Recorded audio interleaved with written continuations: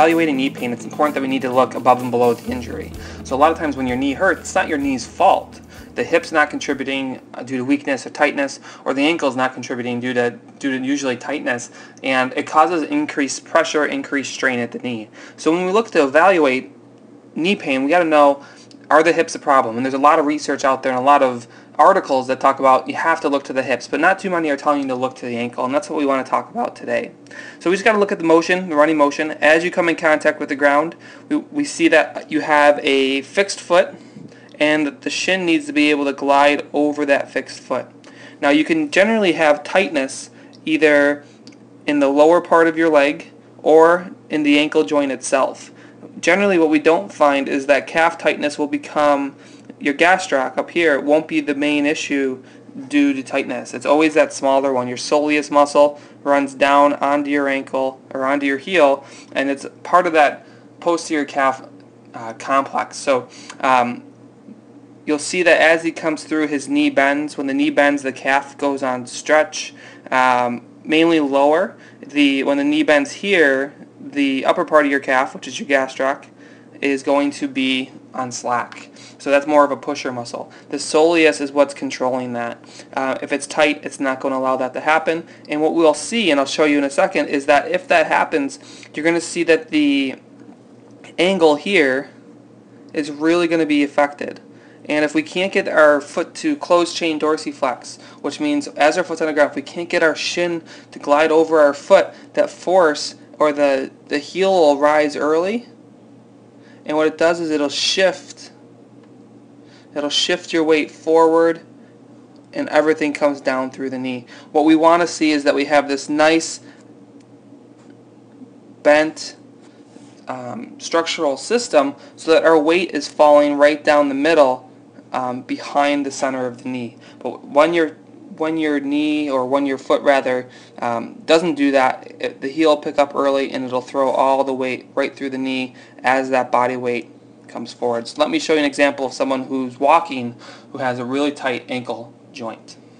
So when we're evaluating the ability for your foot to close chain dorsiflex, your foot's on the ground, can your shin glide over? We need to look at, is it a muscular issue? Is it a joint issue? Those are the two pieces. So we talked about this already. When we come through, what we expect to see is, as we run, is that shin to be able to come up and over the top. And because he's not running, there's not going to be as much force, so we're not going to see as much.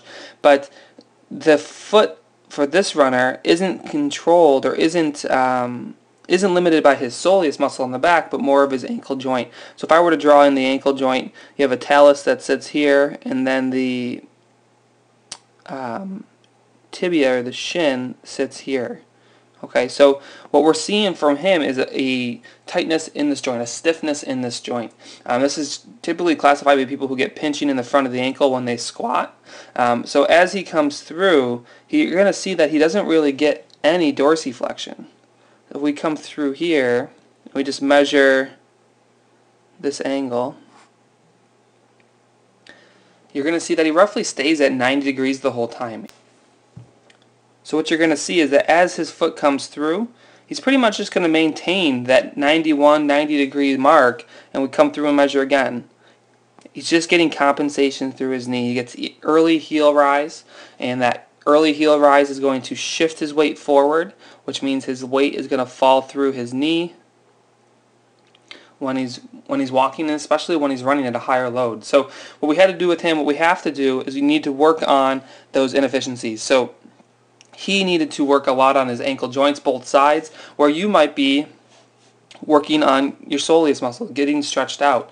But just know that when we look at knee pain, we can't just sit here and hit the knee more and more and more. We need to look above and below. A lot of research talks about the knee, how important the hips are, but the ankle is just as important. It's the first thing that comes in contact with the ground. It's the first thing that disperses forces. If we can't get this system set up so that our weight falls behind the knee and in front of the ankle, and we get more of a tipping up through here, your weight falls forward more, closer to the center of the knee, and it's going to put a lot of strain on the front of the knee. So always look to the ankle joint when you're having knee pain. Don't just sit there and hammer your knee more. Are you looking to become a stronger, faster, and more well-rounded runner? then jump on over to RunSmartOnline.com and take our 10-day free challenge. Try our run-specific, time-saving, and easy-access videos that let you get stronger from anywhere, whether it be at work, home, or on the road.